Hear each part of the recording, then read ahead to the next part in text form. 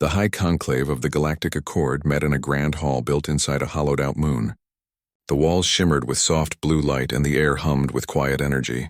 Delegates from 17 different species sat in curved rows, their forms as varied as the stars they came from. Some had smooth, glass-like skin. Others wore armored shells or floated in anti-gravity bubbles. All of them watched the center of the room, where a large hologram showed a small blue-green planet spinning slowly in the void. That planet was Kestros. It sat on the edge of known space, far from the busy trade lanes and ancient alliances. Until recently, it had been empty, just another rocky world with oceans and forests waiting for someone to claim it. But now humans had landed there. They had built stations, set up defenses, and declared it theirs. That act alone had stirred the galaxy. At the front of the chamber, Counselor Zelkor rose. He was tall and thin, with a body covered in smooth, iridescent plates that shifted color with his mood. Right now they glowed a dull red, frustration mixed with impatience. He tapped a clawed finger on the arm of his seat, and the hologram zoomed in on Kestros.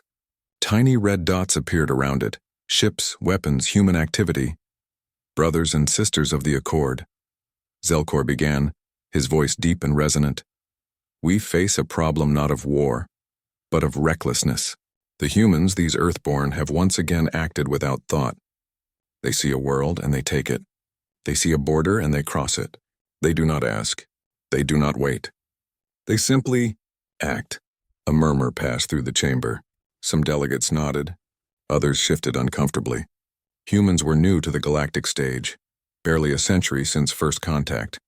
And already they had caused 3 minor conflicts, 2 diplomatic incidents, and 1 near-catastrophic misunderstanding involving a sacred nebula and a human mining drone. Elder Mira of the Lumari Collective raised a slender hand. Her skin glowed faintly, pulsing like a slow heartbeat. But have they broken any laws? She asked gently. Kestros was unclaimed. The Accord permits settlement of such worlds provided no native life is disturbed. Zelkor's plates darkened to maroon. They disturbed the Vrath, he said sharply. The Vrath had scouts in that system. The humans fired on them without warning. That is disputed, Mira replied. Human logs say the Vrath ships opened fire first. Their sensors recorded energy spikes consistent with weapon charging. Human sensors can be fooled, Zelkor snapped. Their technology is crude. Their judgment, clouded by emotion. A low buzz of agreement rippled through several delegates. To many in the room, humans were fascinating but dangerous, like children playing with fire. They laughed too loudly, spoke too fast, and reacted with terrifying speed when threatened. They did not follow the careful, centuries-old protocols of galactic diplomacy. They solved problems with action, not debate. After hours of discussion, the conclave reviewed battle simulations run by the Accord's finest strategists. Each one showed the same result. If the Vrath swarm fleet, a massive coordinated armada of bioengineered warships, attacked Kestros, the humans would be overwhelmed. Their defenses were light, their fleet scattered, their command structure, too dependent on individual officers rather than hive-linked consensus like the Vrath or networked logic like the Thalassians. The simulations gave humanity 6 hours at most. Some predicted collapse in under 3. With this data in hand, the conclave reached a decision. They would not intervene. Let the Vrath test humanity's strength. If the humans fell quickly as expected, the Accord could step in afterward, declare the region unstable, and place Kestros under neutral stewardship, effectively removing humans from the equation without direct conflict. If by some miracle humans held out longer, then perhaps they deserved a seat at the table after all. It was a cold calculation, wrapped in the language of peacekeeping. But to the conclave it made sense. Stability was more important than fairness. Order mattered more than ambition. Far from Xylos Prime on the edge of human-controlled space, Captain Daniel Hayes stood on the command deck of Aurora Station. The station hung in orbit above Kestros, a sleek ring of metal and solar panels wrapped around a central core. Inside, the air smelled faintly of coffee and ozone. Screens lined the walls, showing everything from weather patterns on the planet below to deep space sensor readings. Hayes was in his late 40s, with short gray hair and tired eyes that missed nothing. He wore a simple uniform, dark blue with silver trim, and stood with his hands clasped behind his back. He wasn't pacing. He wasn't shouting orders. He was watching. Beside him, Lieutenant Kara Briggs tapped rapidly on a floating console. She was younger, maybe early 30s, with sharp eyes and a restless energy. Her fingers moved like they had a mind of their own, pulling up data streams, cross-referencing signals, filtering out noise. "They're coming," she said quietly, not looking up. Hayes nodded. "How many?" "Over 900 confirmed signatures. More dropping out of subspace by the minute. It's the full swarm fleet." A silence settled between them. Not fear, just focus. They'd known this might happen.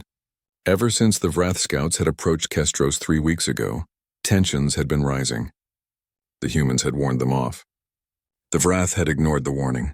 Now they were coming to finish what they started. "They think we're weak," Kara said, finally glancing at Hayes.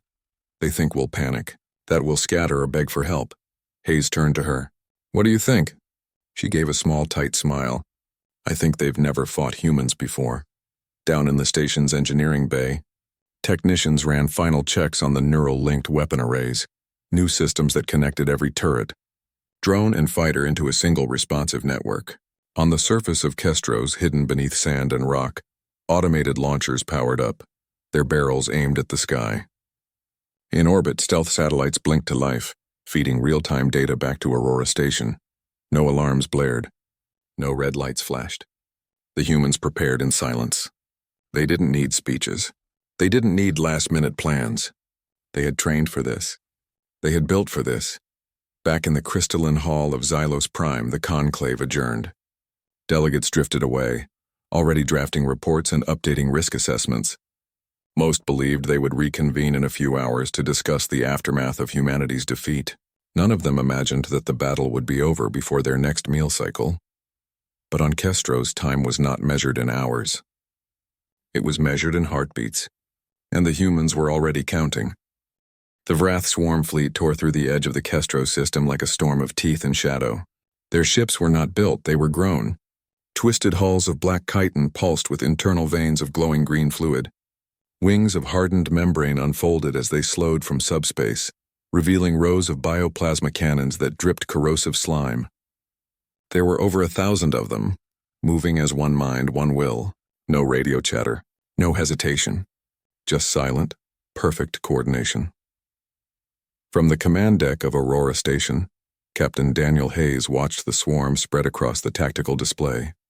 Red blips multiplied by the second, forming geometric patterns that shifted faster than the human eye could follow. The Vrath didn't just surround Kestros, they enveloped it, cutting off escape routes, jamming long-range signals, and positioning their heaviest ships in a tightening ring. "They're not wasting time," Kara Briggs said, her voice low. Her fingers flew across the console, pulling up threat assessments. "Command Hive ship is anchoring at Lagrange Point 3. That's their brain. If we crack that, the rest go blind." Hayes didn't answer right away. He studied the screen, his mind working through layers of strategy. The conclave back on Xylos Prime probably thought this was the beginning of a 6-hour siege. But Hayes knew better. The Vrath wouldn't wait. They'd strike hard and fast, hoping to shatter human morale before defenses could fully activate, and that was their mistake. "Activate Protocol Swiftfall," Hayes said. Kara's eyes flickered with something like relief. She tapped a final sequence, and deep within Aurora Station a low hum began to rise. It wasn't loud, but it vibrated through the deck plates, through the bones of everyone on board. Across Kestros, hidden systems woke up. Buried railgun turrets slid open their armored lids. Fighter silos unlocked. Orbital drones detached from maintenance docks and drifted into position. The humans had not built walls. They had built traps. The first Vrath ship fired. A bolt of green plasma lanced toward a human communications satellite. But before it hit, the satellite vanished, not destroyed, but cloaked. In its place, a decoy signal pulsed, mimicking a power surge from Aurora Station. The Vrath hive mind took the bait. 36 ships adjusted course, targeting the false signal. That was all the opening Kara needed. She triggered the neural network, a system that linked every human weapon, sensor and AI in the system into one living response. It didn't just react to threats. It predicted them. Using data from past Vrath engagements, quantum-entangled probes, and real-time analysis of swarm movement, The network calculated where the enemy would be before they got there. A swarm of micro-drones, no bigger than birds, launched from the planet's surface. They flew silently, riding thermal currents until they reached the lower Vrath formation. Then in perfect unison, they broadcast a signal. Not a weapon, not a jammer. A corrupted version of the Vrath's own hive frequency. For a fraction of a second, nothing happened. Then chaos erupted. Vrath ships jerked mid-flight. Some fired on their own allies. Others veered off course, colliding with neighbors. The hive mind stuttered, confused by the fake commands flooding its network. It was like shouting contradictory orders into a crowded room. Everyone froze, then panicked. On Aurora Station, alarms finally blared, but not for damage. They signaled success. "We've broken their sync," Kara said, her voice tight with excitement. "They're operating on individual instinct now." "That's not their strength. That's their weakness," Hayes nodded. "Now we hit them where it hurts." He gave the order, and the real attack began. From the dark side of Kestros's moon, 6 stealth frigates emerged. They had been hiding there for days, powered down, radiating no heat. Now their engines flared to life, and they raced toward the disoriented Vrath flank. Their weapons weren't plasma or lasers. They fired kinetic rods. Tungsten slugs accelerated to near light speed. At that velocity, even a small rod could punch through a Vrath command ship like paper. One by one, the rods struck. Explosions bloomed in the void, not fireballs, but silent bursts of shattered chitin and vaporized fluid. The Vrath had no shield strong enough to stop relativistic impacts. Their biology simply couldn't adapt fast enough. On the ground, the railgun turrets opened fire. Each shot was aimed not at the biggest ship, but at the smallest. The Scout-class vessels that carried relay signals between the hive and its limbs. Destroy the messengers and the brain goes deaf. In orbit, Aurora Station unleashed its graviton pulse. It wasn't a weapon meant to destroy. It bent space itself just slightly for just a few seconds. But that was enough. The Vrath's jump drives, which relied on perfect alignment with subspace coordinates, misfired. Dozens of ships trying to retreat found themselves stranded, their engines sputtering in normal space. Back on Xylos Prime, the High Conclave watched the live feed with growing disbelief. Counselor Zelkor leaned forward, his iridescent plates flickering from red to pale yellow. Shock. Elder Mira's glow dimmed almost to black. On their screens, the battle wasn't unfolding as predicted. It wasn't a slow collapse. It was a rout. How? Zelkor whispered. They have no fleet to speak of. No superior firepower. No hive mind. They have something else, Mira said softly. They have speed. Not just of ships, but of thought. She was right.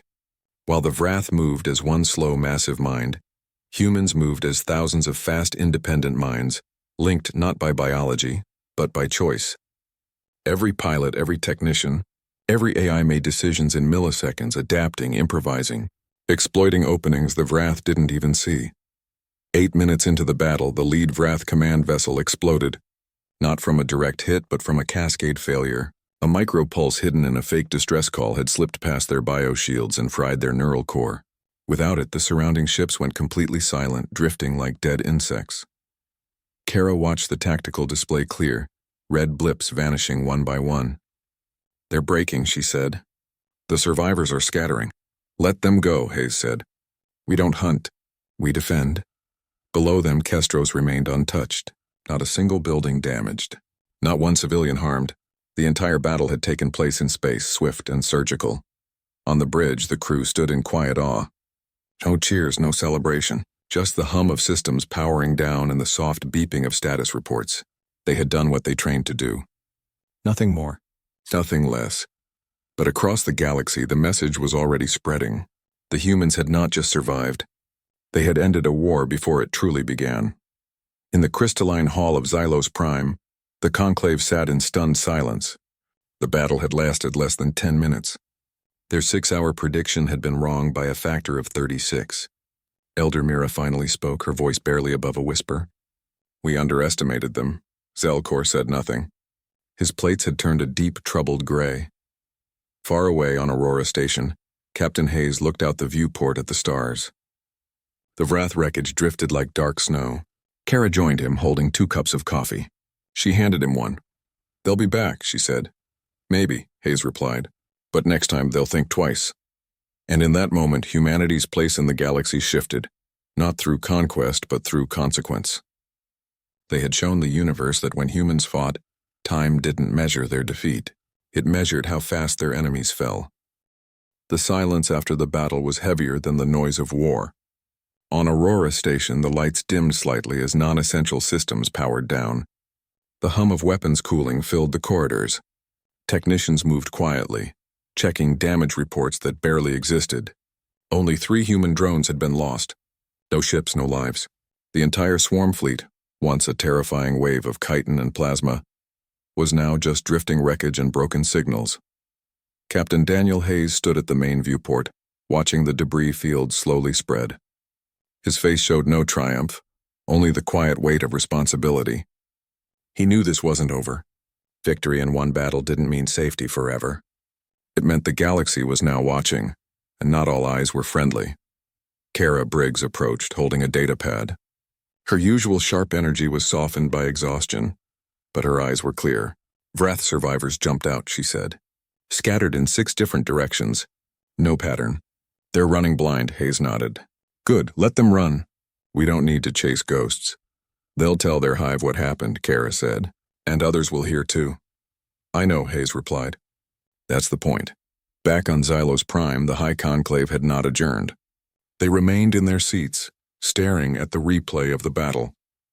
Again and again they watched the humans strike, not with brute force but with precision, speed, and something the Accord's analysts struggled to define. It wasn't just tactics, it was timing. It was the way human systems seemed to think ahead, not just react. Counselor Zelkor finally stood.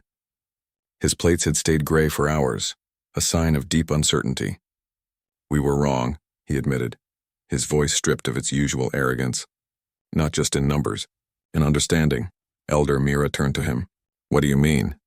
The humans don't fight like us, Zelkor said. We plan for logic, for patterns, for predictable responses. But humans, they act on instinct, yes, but also on something else. Hope, anger, pride, things we removed from our own decision-making long ago. A murmur rose in the chamber. Some delegates shifted uncomfortably. Emotion was seen as a flaw in most advanced species, a source of error. But here it had produced results no cold calculation could match. An analyst from the Thalassian hegemony stepped forward, holding a new report. We've reviewed human history, she said, from their ancient wars to their space age. In every conflict they lose at first. They are outnumbered, outgunned, but they never stop adapting. They turn losses into lessons within days, sometimes hours. She pulled up a timeline. Earth's World War II, the Martian Uprising, the Titan Skirmish. Each time humans faced near certain defeat, and each time they found a way to win faster than anyone expected. They don't prepare for the battle they think will happen, the analyst said. They prepare for the battle they hope won't happen, but are ready for anyway. In the chamber, a new kind of fear began to grow. Not fear of human aggression, but fear of human resilience. If a species could end a war in minutes that others predicted would last hours, what else could they do? Meanwhile, on Kestros, life returned to normal almost immediately. Down on the surface, colonists stepped out of shelters, blinking in the sunlight. Children pointed at the sky where a few distant flashes still glowed, the last echoes of the battle. Farmers checked their fields. Engineers inspected power lines. No panic, no chaos. Just people going back to work. That calm was more unsettling to the Conclave than any explosion. Aboard Aurora Station, Hayes received a priority message. Encrypted, but not from Earth Command. It came from the Galactic Accord itself. He opened it alone in his quarters. The text was short. Request immediate dialogue. Neutral ground. No weapons. We seek understanding. Hayes read it twice. Then he deleted it. He didn't reply right away. He knew this was a test, not of strength, but of trust. And humans had learned long ago that trust had to be earned, not given. He walked back to the command deck. Kara was reviewing sensor logs, looking for hidden threats. They sent a message, he said. She looked up. The Accord? Yes. What did you say? Nothing yet, she smiled faintly. Smart. Let them sweat a little. Hayes leaned against the console. They thought we were reckless.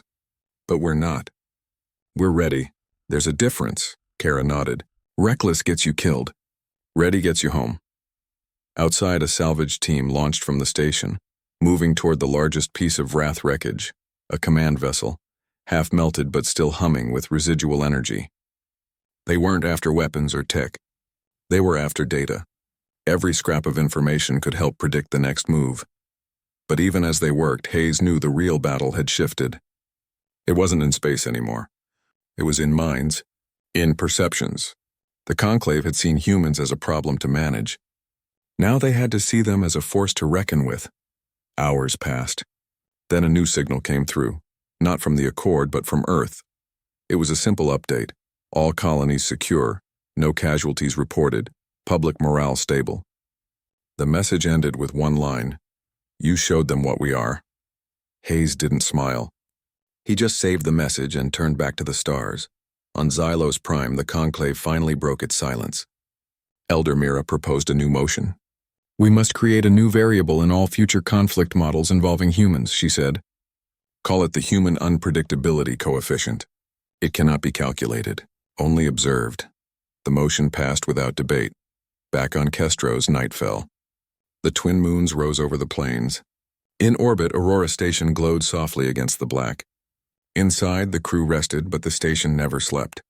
Sensors watched. Systems listened.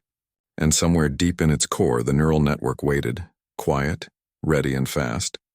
The galaxy had learned a lesson that day. When humans entered a fight, the clock didn't tick down to their defeat. It ticked down to the end of the fight itself. And that end always came sooner than anyone expected. The message from the Galactic Accord arrived 3 days after the battle. It came not as a broadcast, not as a demand, but as a quiet request sent through secure diplomatic channels. The words were simple: "We ask to speak, not as judges, not as rulers, as learners." Captain Daniel Hayes read it in his quarters aboard Aurora Station. The room was small, with a narrow bunk, a desk, and a single window that looked out toward Kestros. Morning light from the planet's sun spilled across the floor. He read the message twice, then set the pad down. He didn't feel pride. He didn't feel fear. He felt caution. Kara Briggs found him there an hour later, holding a cup of coffee that had long gone cold. "You going to answer them?" she asked, leaning against the doorframe. "I have to," Hayes said. "If I don't, they'll assume we're hiding something. If I do too fast, they'll think we're eager to please. We meet them on our terms," Kara nodded. "Neutral ground. No weapons, one ship, one officer.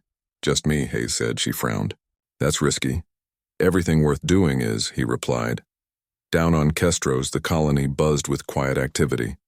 Repairs were nearly done, though there had been little to fix. The real work was in the data labs, where scientists combed through Vrath wreckage for clues about their biology, their communication, their weaknesses. But Hayes knew the most important work wasn't technical. It was psychological. The galaxy had to understand that humans weren't a threat because they wanted to conquer. They were a threat because they refused to be conquered. 2 days later, Hayes boarded the Wayfarer, a small diplomatic shuttle painted in plain white with no markings. It carried no weapons, no hidden systems, just a pilot, a translator AI, and Hayes in a simple dress uniform. The shuttle lifted off from Kestros and jumped to the rendezvous point, a quiet asteroid field halfway between human space and Xylos Prime. The Accord sent a single vessel, too, a sleek, silver disk that hovered silently in the void. No weapons visible. No escorts. A good sign. Hayes stepped onto the disk through a pressurized corridor. The air inside smelled clean, sterile. The walls pulsed with soft light. Waiting for him were 3 delegates: Elder Mira of the Lumari, Counselor Zelkor of the Thalassian Hegemony, and a new face, a young analyst named Talon from the Accord Strategic Review. They offered no handshake. "No bow, just a nod. You came alone," Zelkor said. His voice was quieter than before. "I did," Hayes replied. "Because I have nothing to hide."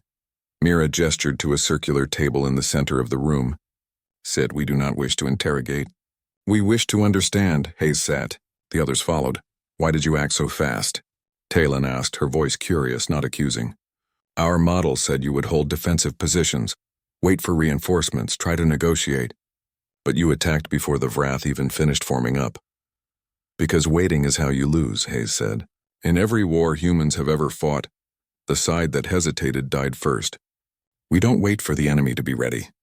We make them regret showing up." Zelkor leaned forward. "But you had no guarantee of success." You could have been destroyed in minutes. We knew the risk, Hayes said. But we also knew something your models missed. Humans don't just calculate odds. We change them, Mira tilted her head. How? By doing the unexpected, Hayes said.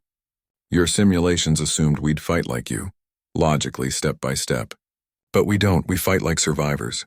We use everything, noise, light, fake signals, even silence. We turn confusion into weapons. He paused, then added, You saw the battle last 8 minutes, but the real work started weeks before. We studied the Vrath. We learned how they think, how they move. Then we built traps that looked like mistakes. Talon's eyes widened slightly. The decoy satellite, the micro-drones, they weren't reactions. They were plans. Exactly, Hayes said. We didn't win the battle in 8 minutes. We won it the day we landed on Kestros. Silence filled the room. Not the cold silence of judgment, but the thoughtful silence of realization. Zelkor finally spoke. We believed emotion made you weak, but it made you fast. It made us human, Hayes corrected gently. We feel fear, but we act anyway. We feel anger, but we aim it. We feel hope, and that's what keeps us trying when others would quit. Mira looked at him with something close to wonder. You do not seek to rule the galaxy. No, Hayes said. We just want a place in it. Not as subjects, not as threats, as equals. The meeting lasted 2 hours. They spoke of borders, of shared security, of mutual respect. No treaties were signed. No promises made. But something deeper happened, a shift in understanding. When Hayes returned to the Wayfarer, he didn't look back. He knew the Accord wouldn't attack, not now. They had seen what humans could do when cornered, and they had heard what humans wanted when given a voice. Back on Aurora Station, Kara met him at the airlock. Well, she asked. They listened, Hayes said. That's a start. Down on Kestros, the sun set again. Colonists gathered in the central square, not for celebration, but for quiet reflection. They knew the galaxy was watching. They knew their actions spoke for all of humanity. And in the command center of Aurora Station, the neural network remained active, not waiting for war, but ready for peace. Because peace, like war, had to be defended, the Conclave would never again assume they knew how humans would act. They had learned the hard way that human time wasn't measured in hours of endurance, but in minutes of decision. And in those minutes, everything could change. The High Conclave did not meet in anger this time. They met in stillness. The Grand Chamber on Xylos Prime was quiet, the usual hum of debate replaced by a deep, thoughtful silence. Delegates sat not as judges, but as students. The hologram in the center no longer showed battle simulations or threat assessments. It showed a single image, the human shuttle Wayfarer departing the Accord vessel. Small and unguarded against the stars, Counselor Zelkor stood at the edge of the chamber, his iridescent plates a calm, steady blue, the color of clarity. He had spent the last week reviewing every human transmission, every historical record, every scrap of data the Accord had collected since first contact. What he found wasn't chaos. It was consistency. Humans always acted the same way when pushed. They adapted, they struck fast, and they ended things quickly. Elder Mira approached him. Her glow was soft, warm. We were wrong to see them as a problem, she said. We were wrong to see them as anything less than what they are, Zelkor replied. Not primitive, not reckless, just different. A new resolution had been drafted overnight. It carried no sanctions, no restrictions. Instead, it proposed a new standard for all future strategic planning involving humanity. From now on, every simulation, every risk model, every war game would include a single, unquantifiable variable, the human unpredictability coefficient. It could not be measured in numbers. It could only be respected. The resolution passed without a single objection. Far from Xylos Prime on the quiet colony world of Kestros, life moved forward. Fields were planted. Children went to school. Engineers repaired the few damaged sensors from the battle, though most had survived untouched. The people did not celebrate their victory with parades or speeches. They celebrated by living, by building, by growing, by staying. Aboard Aurora Station, Captain Daniel Hayes stood once more at the main viewport. The debris from the Vrath fleet had been mostly cleared, towed to a salvage yard on the far side of the moon. The stars looked the same as they always had, cold, distant, full of unknowns. But something had changed. The galaxy no longer saw humanity as a loose thread to be cut. It saw them as a force that could not be ignored. Kara Briggs joined him, holding 2 cups of coffee. She handed him one. "The Accord sent another message," she said. Hayes took a sip. "What do they want now?" "Nothing," she said. "Just a confirmation. They've updated their protocols. All future engagements near human space will require direct consultation. No more tests. No more assumptions." Hayes nodded slowly. "Good." They also asked if we'd consider sending an observer to the next conclave session. He almost smiled. "Tell them we'll think about it." Kara leaned against the railing beside him. "Do you think they'll ever really understand us?" "No," Hayes said. "And that's okay. They don't need to understand us. They just need to remember what happened here." Below them, Kestros turned peacefully in the light of its sun. Smoke rose from chimneys in the colony town. Lights flickered on as evening came. It was an ordinary scene, simple, quiet, human. But to the rest of the galaxy it now carried a warning wrapped in calm. This world was defended, not by endless fleets or ancient treaties, but by people who ended fights before they could grow. Back on Earth, news of the battle had spread fast. Not as a story of war, but as a lesson in restraint. Governments didn't boast. Scientists didn't gloat. Instead, schools added new lessons about diplomacy, about the cost of misjudgment, about the power of preparation. Humanity had shown the galaxy that strength wasn't just in weapons, it was in timing, in unity, in the will to act before it was too late. Months passed. The Vrath did not return. Their hive had been fractured, their confidence broken. Other species that once eyed human territory with interest now gave Kestros a wide berth. Trade ships began to appear at the edge of the system, not to spy, but to ask for safe passage. Some even requested to dock, to speak with human engineers, to learn how their defenses worked. Hayes allowed a few, not out of trust, but out of strategy. Let them see. Let them understand that humans didn't build walls to keep others out. They built them to protect what was inside. One evening, as the twin moons rose over Kestros, Hayes walked the perimeter of the colony. He passed families eating dinner on porches, farmers checking irrigation lines, kids chasing each other through the dust. No one saluted him. No one called him a hero. They just nodded or smiled or said good evening. That was enough. He stopped at the edge of a wheat field where the land met the dark hills.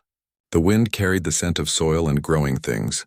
In that moment he knew why they fought, not for glory, not for empire, but for this. For quiet nights, for ordinary days, for the right to live without fear. On Xylo's Prime, the conclave met again. This time they did not discuss humanity as a threat. They discussed how to coexist, how to share knowledge, how to avoid another misunderstanding. Elder Mira proposed a joint research initiative. Human engineers working with Accord scientists to study non-lethal defense systems. Zelkor seconded the motion. It was a small step. But in a galaxy built on centuries of caution, it was a giant leap. Aboard Aurora Station, the neural network remained active, not because war was coming, but because peace had to be guarded just as fiercely. Kara monitored the sensors not for enemies, but for signals of cooperation, trade requests, scientific queries, diplomatic overtures. Humanity had not conquered the stars. They had not demanded a throne among the great powers. They had simply proven that when they stood their ground, the ground stayed theirs, and across the galaxy, species that once dismissed humans as emotional, chaotic, and short-sighted now spoke of them in hushed tones, not with fear but with respect. Because they had learned the truth. When humans entered a fight, the clock didn't count down to their defeat. It counted down to the end of the fight itself. And that end always came in minutes, not hours.